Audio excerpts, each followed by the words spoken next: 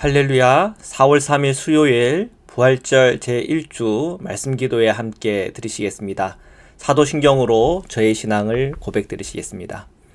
전능하사 천지를 만드신 하나님 아버지를 내가 믿사오며 그 외아들 우리 주 예수 그리스도를 믿사오니 이는 성령으로 잉태하사 동정녀 마리아에게 나시고 본디오 빌라도에게 고난을 받으사 십자가에 못 박혀 죽으시고 장사한 지 사흘 만에 죽은 자 가운데서 다시 살아나시며 하늘에 오르사 전능하신 하나님 우편에 앉아 계시다가 저리로서 산자와 죽은 자를 심판하러 오시리라.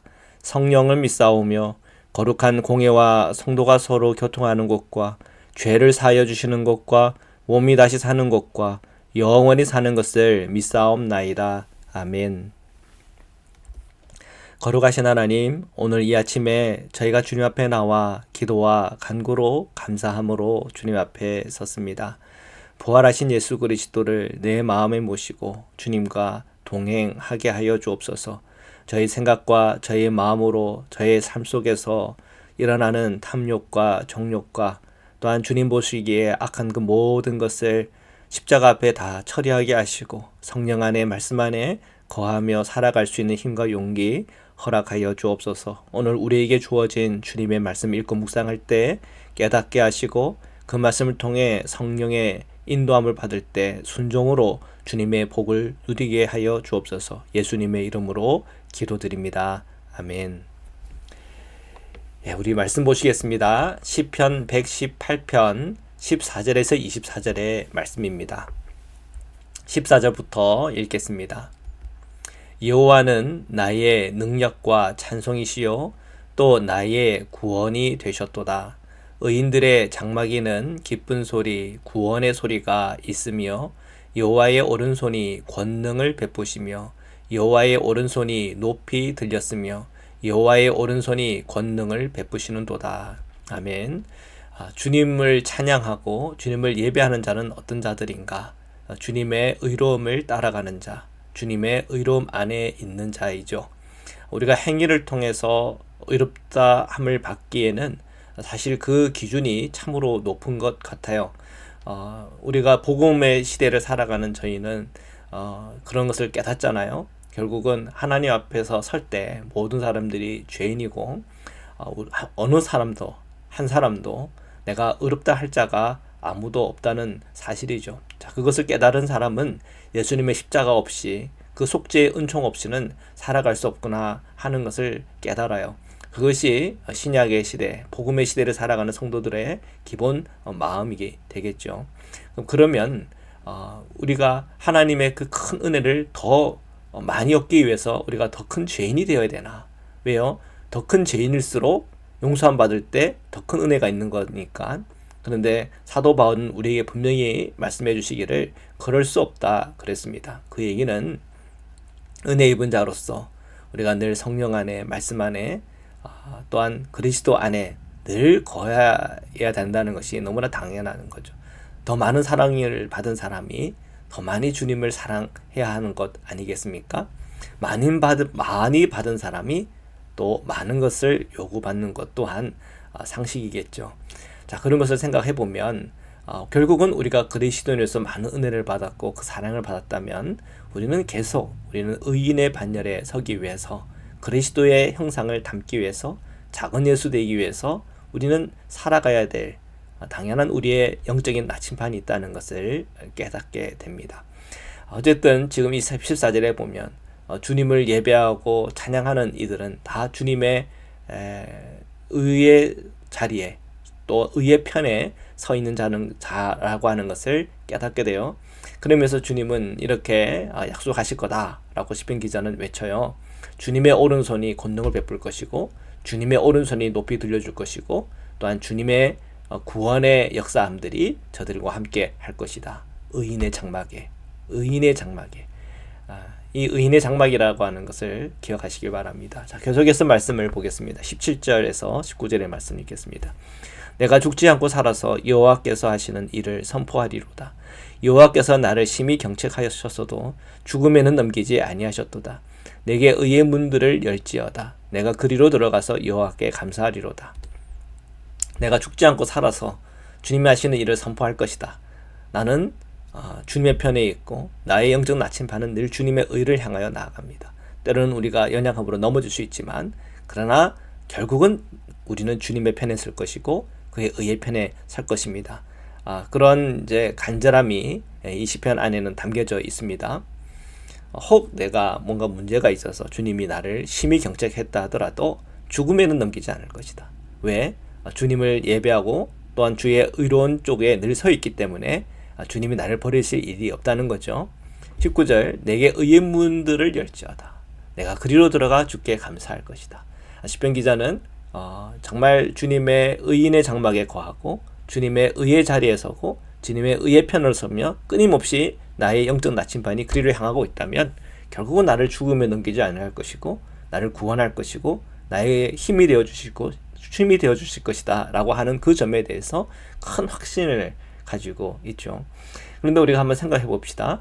예수 그리스도를 생각해 보면 예수 그리스도는 정말 의롭고 죄 없으시고 늘 그 영적 나침반은 하나님의 뜻과 일치되고 있다는 것을 우리가 알고 있잖아요. 기도하다가 주여 이 잔을 내게 해서 지나가게 해 주십시오. 큰 이제 좀 뭔가 주님과 핀트가 맞지 않구나. 그러나 거기서 끝난 기도가 아니죠. 내 뜻대로 하지 마옵시고 아버지의 원대로 하옵소서. 그러면 다시 또 그 핀트를 맞춘단 말이죠. 항상 그 영적인 나침반이 주님의 뜻을 향하고 있는 예수님을 우리가 떠올릴 수가 있습니다. 자, 그런데 예수님이 죽음에 넘기지 아니하셨나? 예수님은 죽음에 넘김을 받았다는 거죠. 그리고 특히 유대인들에게는 십자가에 달린 자마다 저주받은 자라 하는 바로 그 나무에 달려 죽으셨다는 거죠. 자, 그러면 이건 도대체 뭔가 하는 그런 질문들이 생기잖아요. 그죠? 자, 시편은 그러한 예수님의 그 십자가의 이야기하고 좀 뭔가 통하는 게 있습니다. 계속해서 보겠습니다. 죄송합니다. 자, 20절부터 읽겠습니다. 이는 여호와의 문이라 의인들이 그리로 들어가리로다. 주께서 내게 응답하시고 나의 구원이 되셨으니 내가 주께 감사하리이다. 건축자가 버린 돌이 집 모퉁이의 머릿돌이 되었나니. 자, 아멘. 자, 20절에 보니까 이는 여호와의 문이다. 의인들이 그리로 들어갈 것이다. 그러면 그게 다 생명이 있고 구원이 있고 살아야 되잖아요. 그런데 예수님께서 그 십자가 앞에 서서 바로 거기서 그 죽음을 피하고 모면하고 뭔가 구원을 받은 것이 아니라 십자가에 못 박혔단 말이죠. 자, 이건 도대체 뭘까? 22절에 건축자가 버린 돌이, 이 건축자가 버린 돌을 버림받은 거 아닙니까? 십자가라고 하는 것이. 또 제자들의 배신도 있었잖아요. 유대인들이 예루살렘 입성할 때는 그들이 종려가 나무 가지를 들고 흔들면서 호산나 다윗의 왕이여 막 이러면서 막 환영하고 기뻐했던 회중들은 그 십자가 앞에서 다 십자가에 못 박아야 된다고 외치는 회중으로 바뀌어 있는 그 모습을 우리는 생각할 수밖에 없잖아요. 건축자가 버린 돌, 이것이 그대로 그 이미지와 겹치고 있어요. 그런데 이 건축자가 버린 돌이 집 모퉁이의 머릿돌이 되었다. 지금 여기 그림이 있는데요. 이 그림에 보면 좀 큰 돌이 있잖아요. 작은 돌이 있고 큰 돌이 있는데 저 큰 돌이 머릿돌입니다. 이 머릿돌은 여러분 보면 알겠지만 다른 규격들하고는 좀 특별히 다르잖아요. 그래서 건축자들은 정말 이게 쓸모없는 돌을 생각해서 버렸지만 나중에 이제 집을 지으려고 주춧돌을 찾다 보면은 또 그만한 돌이 없단 말이에요. 그래서 오히려 그 버린 돌을 열심히 갖고 와가지고는 머릿돌을 삼아서 그 주변에 작은 돌들을 쌓아가지고는 건축을 한단 말이죠. 바로 이 그 머릿돌, 건축자가 버린 돌이 집 모퉁이의 머릿돌이 되었다. 예수님의 그 십자가와 부활을 사건을 통해서 이 교회의 머릿돌이 되었고 또 나와 주님과의 이 구원을 또한 주님과 나의 관계의 회복을 위한 놀라운 하나님의 큰 플랜의 머릿돌이 된 거 아닙니까? 그래서 지금 이 시편에 이 우리의 고백이 어떤 그 의인의 어떤 그 믿음의 강구, 죽지 않고 살아서 주님의 찬양하고 예배하고 또한 주님께서 우리에게 구원을 베풀어 주시고 힘을 주시고 능력을 주시고 높여 들려 주시고 하는 그 모든 찬송이 우리는 그런 질문이 있잖아요. 정말 그런가? 그런데 세상은 보니까 우리 악인들이 더 득세하고 또 힘 있는 자들이 권력을 잡고 힘들고 그런 세상 아닌가라고 하지만 예수님의 십자가 부활의 관점에서 봤을 때 이 모든 것이 사실 믿어지는 거죠.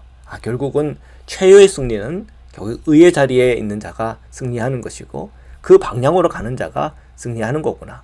혹 그것이 십자가라고 하더라도 그 십자가를 넘어 부활이 있고 부활을 넘어 영원한 하나님과의 연합이라고 하는 이 세상에 줄 수 없는 큰 축복이 우리를 기다리고 있구나 하는 것에 대한 강한 확신이 우리에게 오는 것 아니겠습니까? 자, 계속해서 말씀을 보겠습니다. 23절 24절 읽겠습니다. 이는 여호와께서 행하신 것이요 우리 눈에 기이한 바로다. 이 날은 여호와께서 정하신 것이라 이 날에 우리가 즐거워하고 기뻐하리로다. 아멘. 바로 이 부활의 사건은 바로 그 맥락에 있는 거죠. 버린 돌이 건축자의 그 버린 돌이 이제 모퉁이 돌에 대해서 그것을 중심으로 교회가 세워지고 주님과 나와 연합하는 하나님의 놀라운 그 플랜의 머릿돌이 된 예수님의 그 부활을 우리는 체험하고 경험한 겁니다. 자, 오늘도 우리의 인생과 삶과 우리의 신앙의 고백에 있어서 또한 교회에 있어서 또 알파와 오메가라고 하는 하나님의 놀라운 이 시간표 안에서 머릿돌 되신 예수 그리스도, 부활하신 예수 그리스도와 함께 즐거워하고 기뻐하는 그날을 기다리며 오늘도 주님과 동행하는 하루 되시기를 주님의 이름으로 축원합니다. 말씀으로 기도드리시겠습니다. 사랑해 주님 감사합니다. 오늘도 주님의 말씀 앞에 섰습니다. 주님의 말씀 안에 힘을 얻게 하시고 오늘 하루의 모든 시간 주님과 동행하게 하시고 주님의 구원과 주님의 기쁨이 저에게 넘치게 하여 주옵소서. 예수님의 이름으로 기도드립니다. 아멘. 주기도문으로 마치겠습니다. 하늘에 계신 우리 아버지여, 이름이 거룩히 여김을 받으시오며 나라에 임하옵시며 뜻이 하늘에서 이룬 것 같이 땅에서도 이루어지이다. 오늘날 우리에게 일용할 양식을 주옵시고 우리가 우리에게 죄 지은 자를 사하여 준 것 같이 우리의 죄를 사하여 주옵시고 우리를 시험에 들게 하지 마옵시고 다만 악에서 구하옵소서. 나라와 권세와 영광의 아버지께 영원히 있사옵나이다. 아멘.